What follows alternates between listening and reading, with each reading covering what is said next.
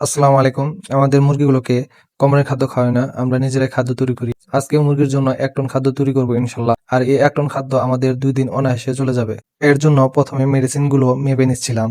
আর মেডিসিনের মধ্যে প্রায় ২০ ধরনের মেডিসিন রয়েছে, যা মুরগির জন্য খুবই গুরুত্বপূর্ণ। মেডিসিন গুলো মাপা শেষে মিক্সার মেশিনের পাশে নিয়ে রেখে দিই, যাতে পরবর্তীতে সময় মতো এগুলো মিক্সার মেশিনে দিতে পারি।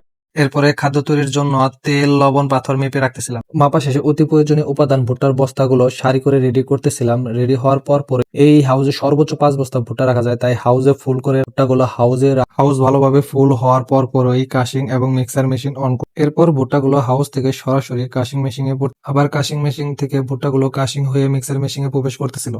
একদিকে ভুট্টা কাশিং হচ্ছিল, অপরদিকে অন্য উপাদান যেমন ফিশমিল, পাথর, তেল, লবণ, রাইস ডিসিবি ইত্যাদি দিতে। এইসব উপাদানগুলো দেওয়ার পর ২০ মিনিট মিশ্রণ মেশিন চালু রেখে দিই, যাতে সকল উপাদানগুলো ভালো মতো মিশ্রণ হতে পারে। ভালোভাবে মিশ্রণ হওয়ার পর মিশ্রণ মেশিন অফ করে খাদ্য বস্তাজাত করে নামানো শুরু করি। খাদ্য নামানোর শেষে খাদ্য বস্তাগুলো বস্তার মুখ খুলে রাখি, যাতে খাদ্যের যে গরম ভাব তা ঠান্ডা হয়। খাদ্য ঠান্ডা হওয়ার পরেই খাদ্যগুলো মাপা শুরু করি। প্রতি বস্তাতে ৫০ কেজি করে খাদ্য রেখে দিই। ৫০ কেজি করে ২০ বস্তা খাদ্য হয়, যা ঘরে একপাশে রেখে দিই। আর যদি খাদ্য ফার্মে খাদ্য ভাঙানোর দিনেই দিতে হয়, তাহলে তার দরজার সামনে রেখে দিই। রাখা শেষে খাদ্যের বস্তার মুখ ভালো করে বেঁধে দিই, যাতে করে খাদ্য না পড়তে পারে। প্রতিটি বস্তা বাঁধা শেষে যদি ওই দিনে খামারে খাদ্য দেওয়া না লাগে, তাহলে খাদ্যগুলো ওইভাবে রেখে দিই। আর যদি ওই দিনেই দেওয়া লাগে, তাহলে খাদ্য বস্তাগুলো ভ্যানে তুলে দিই। ভ্যানে যেহেতু ১০ থেকে ১১ বস্তা উপর নিতে পারে না, সেহেতু আমরা দিনে ২ থেকে ৩ বার খাদ্য দিয়ে থাকি ফার্ম। ভ্যানে খাদ্য তোলার পরই সরাসরি ফার্মে চলে যায়, আর